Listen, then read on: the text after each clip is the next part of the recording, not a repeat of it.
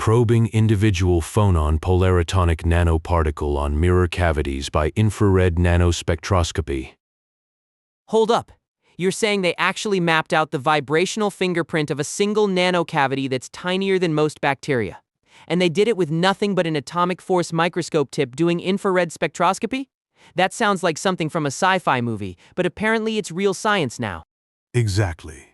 The team zeroed in on these hybrid light-matter modes inside nanoparticle on mirror cavities, gold particles sandwiched by quartz that support phonon-polaritons. What's wild is how they trap electromagnetic fields into volumes way below the wavelength of light, squeezing an entire spectrum into a space smaller than a virus. So you're telling me it's not some big lab rig, just a super tiny mirror sandwich with nanoscale gaps? And then what? They pointed lasers at it and watched it vibrate like a tuning fork?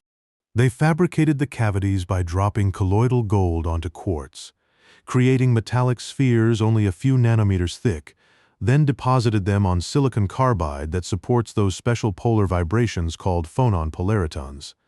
It's basically building microscopic optical circuits with metal and crystal. And then they brought in this 8FM tip for nano-FTIR spectroscopy.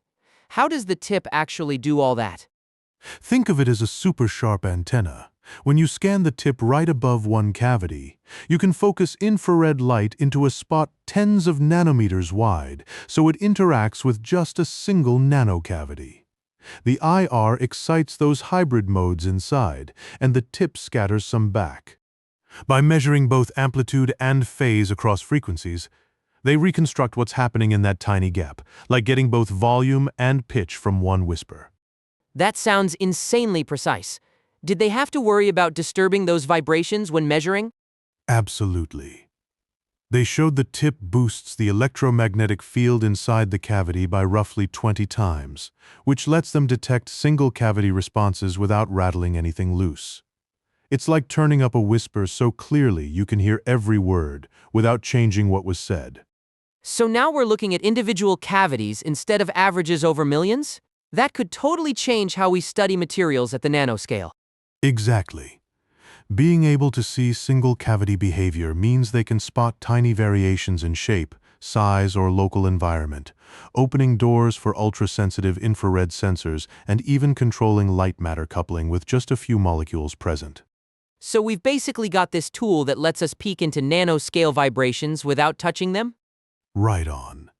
The paper shows they can identify two distinct resonance patterns, L01 and L02 modes, which match their simulation predictions perfectly. And here's the kicker. Increasing gold particle size shifts peak wavelengths, but not because particles are bigger. It's actually due to how the tip interacts from a distance.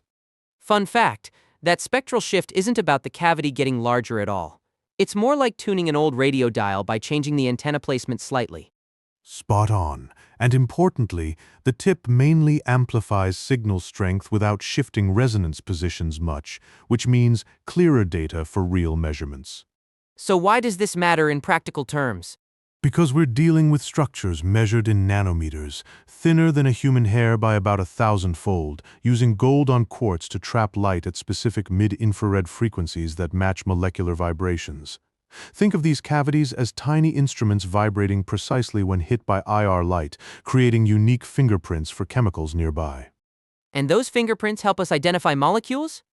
Exactly. They're like spectral ID cards showing what's present. The team simulated mode volumes around 7 to 1000 cubic nanometers and quality factors between 80 and 100, predicting strong field enhancements especially at the tip location. Then they built it and saw even greater local field intensities, right where the 8FM probe sits. So when you use that tiny tip setup, what can actually get measured?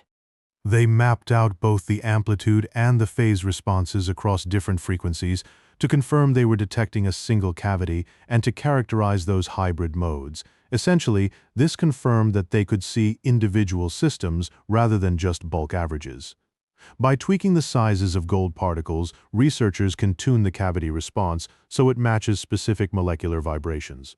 That sounds revolutionary for sensing very small quantities or for studying interactions in real time. Precisely. Non-invasive probing allows them to keep the system intact while still extracting high-fidelity data, which opens pathways toward ultra-precise infrared sensors and towards new experiments in nanophotonics. So what is the main takeaway here for our listeners? This work pushes the boundaries of nanoscale spectroscopy significantly, potentially enabling the detection of single molecules or extremely small samples, allowing for real-time studies of molecular vibrations, and even permitting tailored light-matter coupling at microscopic scales. Thank you for breaking that down, Jamie. Honestly, I can now see why this research matters. Anytime. Stay curious and keep exploring the unseen world around us. This has been Nano Insights, where we dive into science's smallest wonders. If you enjoyed today's episode, be sure to subscribe for more deep dives. Until next time.